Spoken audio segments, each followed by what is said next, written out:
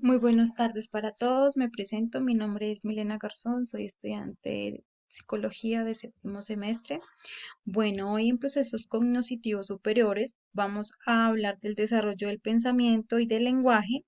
Entonces, iniciamos en saber qué relación hay entre el lenguaje y la comunicación. Entonces, en la comunicación, pues sabemos que se entiende por la transmisión de mensajes. Aquí resaltamos tres tipos, que es la comunicación verbal, que hace referencia al lenguaje y se utiliza para transmitir pensamientos e información. La comunicación preverbal, pues que se relaciona con el tono de voz y las cualidades. Y la comunicación no verbal, pues que se refiere al lenguaje corporal, el estado y la actitud de las personas. Bueno, entonces también podemos acá hablar de el lenguaje. Aquí lo definimos como un conjunto de signos, gestos o palabras que permite la comunicación e interacción entre las demás personas. Entonces, eh, acá resaltamos las clases, que es lenguaje oral, lenguaje auditivo, lenguaje escrito, lenguaje de signos y lenguaje táctil.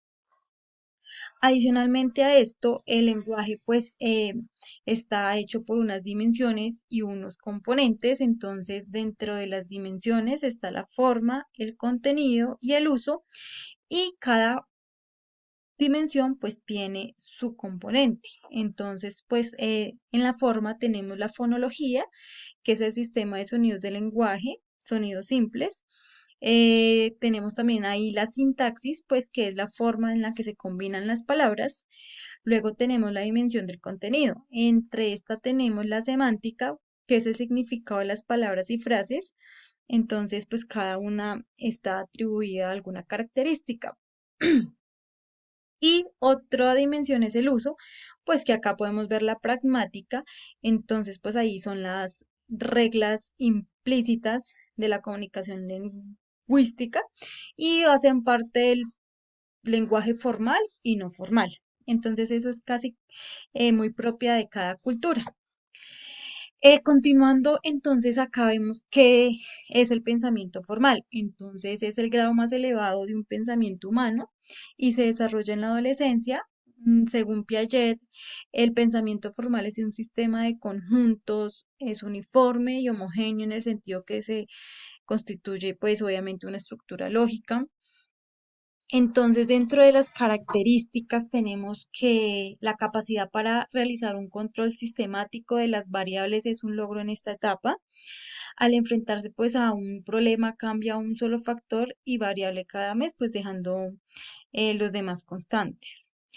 Adicionalmente a esto, pues logra un dominio de los esquemas operacionales formales.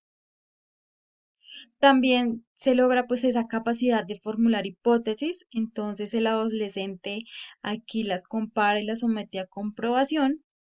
Es un nivel formal. Los adolescentes logran realizar todas las combinaciones siguiendo el método sistemático. Adicionalmente a esto tenemos las características funcionales, que es lo real es un conjunto de lo posible, carácter, como les decía anteriormente, hipotético y deductivo, carácter proposicional y la naturaleza combinatoria.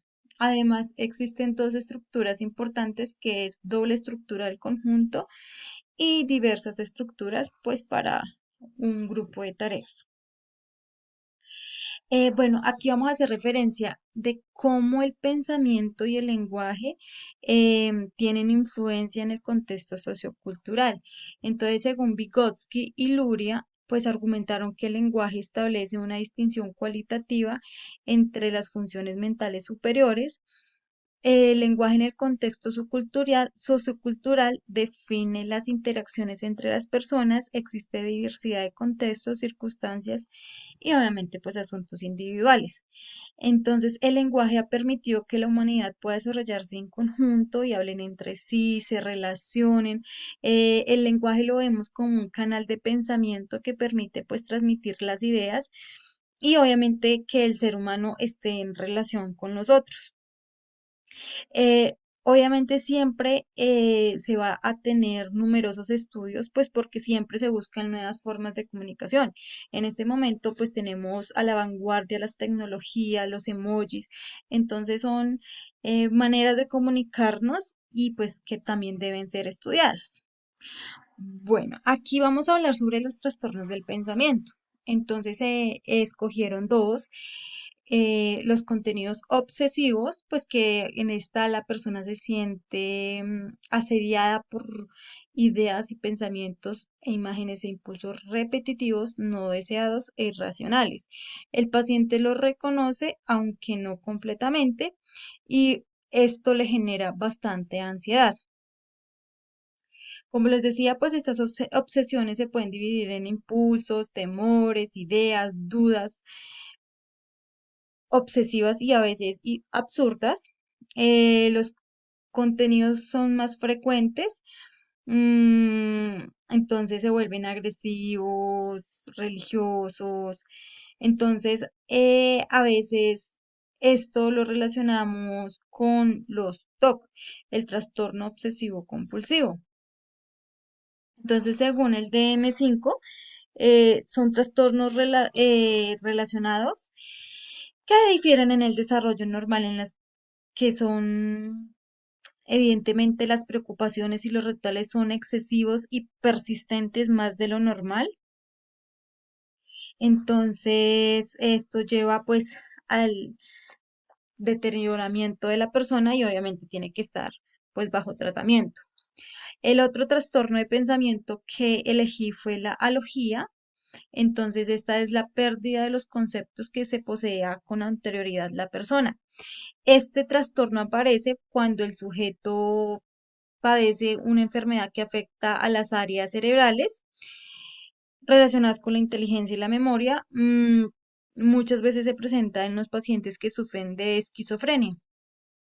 La esquizofrenia pues es un trastorno mental que la persona interpreta la realidad pues de una manera anormal a las demás personas. Entonces, los primeros conceptos que empieza a olvidar esta persona son la bondad, la verdad, la coordinación, la colaboración, y los conceptos abstractos son los últimos que se pierden, como la comida, la ropa, el carro, el perro. Entonces, en este trastorno se da cuando el paciente pierde la capacidad de abstracción. Esto se debe a la muerte de muchas neuronas de la corteza cerebral, pues más específicamente en el lóbulo frontal. Aquí, para los trastornos del lenguaje, escogí la tartamudez o disfemia, pues que se trata de una alteración del ritmo y la fluidez del habla, caracterizada por la interrupción del flujo, por la tendencia a repetir las sílabas iniciales de cada palabra cuando se está hablando. Entonces también pues pueden aparecer bloqueos y aspiraciones y esto obviamente hace que aumente la ansiedad. Entonces se definen tres tipos de tartamudez. Acá encontramos la tónica, que se fundamenta en la presencia que al inicio del discurso es cuando se repite varias veces, pero normalmente ya después surge fluido. La clónica, que es el trastorno, se manifiesta en el principio del fonema, y la mixta, pues que se agrupa las dos anteriores que acabé de decir. Y por último tenemos el otro trastorno del lenguaje, que es la afasia. Este es la alteración de la comprensión y la expresión del lenguaje producido por la lesión de ciertas regiones cerebrales. Entonces, esta se divide en afasia motora o de Broca, que es la incapacidad para emitir palabras, pero el paciente las comprende, pero no es capaz de hablar. La afasia sensorial o de Wernicke, entonces esta es, existe la producción verbal normal o aumentada. Si no existe contenido lingüístico en aquello que se dice el paciente, él habla de forma prolongada, incomprensible y no comprende y parece no ser consciente de su problema lingüístico. Luego está la afasia mixta, que es la suma de las dos anteriores. La afasia transcortical, que es la repetición intacta, pero alteración del resto de las funciones lingüísticas se produce por infartos en la zona de vascularización frontera de las grandes arterias cerebrales. Y por último están las afasias psicogénas, pues que son muy poco comunes y se presentan en cuadros conversivos, cuando el paciente pues hace un conversivo. Bueno, muchísimas gracias. Eso es todo hasta acá.